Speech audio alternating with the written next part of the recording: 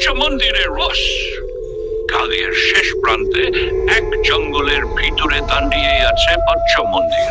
5টি প্রাচীন মন্দির সারি করে দাঁড়িয়ে আছে, অথচ সেগুলোর একটিরও কোনো পূজার্চনা হয় না।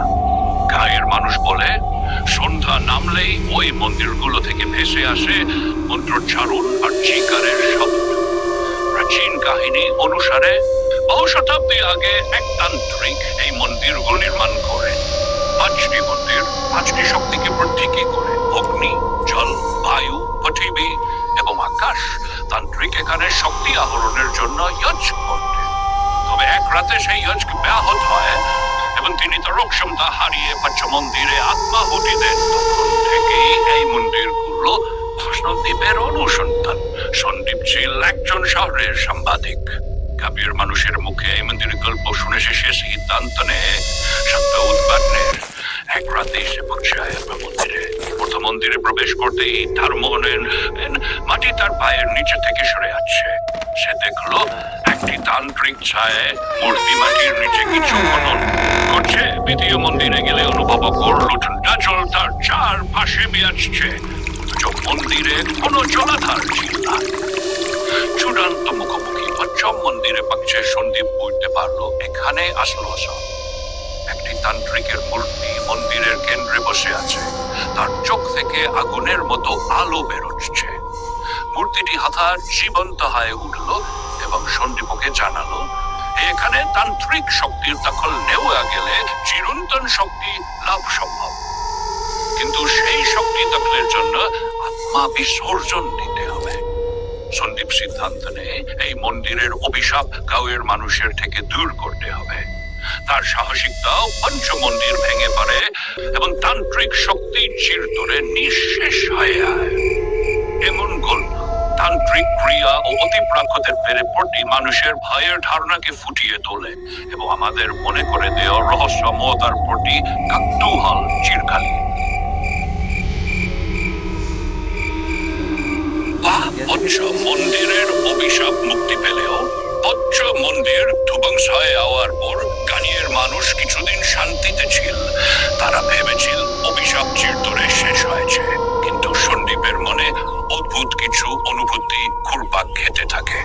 ধ্বংসস্তূপ থেকে ফেরার পর থেকেই সে তার স্বপ্নে পঞ্চম মন্দিরের তান্ত্রিককে দেখতে শুরু করে। তান্ত্রিক তার স্বপ্নে বলে, তুই আমার কাজ বন্ধ করেছিস, কিন্তু জানিস না শক্তি চিরদিনের। তুই আগে ধ্বংস ভেবেছিস, সেটা কেবল শুরু। সন্দীপ ধীরে ধীরে বুঝতে পারে মন্দির বংশালেও সেই শক্তি সম্পূর্ণ মুছে আয়নি, বরং সেই শক্তি এখন অন্য কোনো আকারে স্থানান্তরিত। 3 গায়ের মানুষ লক্ষ্য করে মন্দিরের জায়গায়ও এক আশ্চর্য গাছ গাজিয়েছে। গাছটি অস্বাভাবিক পারা আর তার চারপাশে কুয়াশার মতো কিছু ঘোরাফেরা করে। গানিয়ের লোকেরা সেটি তান্ত্রিক বক্স নাম দেয়। লোকেরা বলে রাতে কেউ অধিকা গাছের কাছে আয়, সে আর ফিরে আসে না। সন্দীপ এই খবর পেয়ে আবার গাঁয়ে ফিরে আয়। এবার সে একা নয়, তার সঙ্গে থাকে তার বন্ধু রিয়া, একজন প্রত্নতত্ত্ববিদ এবং অতিপ্রাকৃত বিষয়ে বিশেষজ্ঞ। রিয়া গাছটি পরীক্ষা করে বলে এই গাছ মন্দিরের ধ্বংসাবশেষ থেকে জন্মেছে। এর শিকড় সেই তান্ত্রিক দিকে সোজা করছে। আমরা যদি এর মূল বংশ করতে পারি তাহলে অভিশাপ চিরতরে শেষ হবে। সন্দীপ এবং রিয়ার সিদ্ধান্ত নেয় গাছের মূল ধ্বংস করতে হবে। তবে কাজটি সহজ ছিল না। রাতের অন্ধকারে গাছের কাছাকাছি এতেই হঠাৎ কুয়াশার ভেতর থেকে তান্ত্রিকের ছায়া ভেসে ওঠে। তান্ত্রিক বলে, তোমরা আবার ভুল করছো, শক্তির প্রতি বোঝা সহজ নয়। আমাকে ধ্বংস করলে তোমরা নিজেরাই এই অভিশাপের শিকার হবে। তবু রিয়া এবং সন্দীপ পিছপা হয় না। তারা আগুন এবং পবিত্র মন্ত্রের মাধ্যমে গাছের শিকড়টা পুড়িয়ে দেয়, কিন্তু গাছের ধ্বংসাবশেষ থেকে কালো ধুকিয়া বেরিয়ে আসে। ধীরে ধীরে সন্দীপের দিকে এগিয়ে আয়। সন্দীপের রিয়া বুঝতে পারে গাছ ধ্বংস হলেও অভিশাপ পুরোপুরি শেষ করতে হলে একজনকে নিজের প্রাণ বিসর্জন দিতে হবে। সন্দীপ সেই বোঝা নিজের কাঁধে নেয়।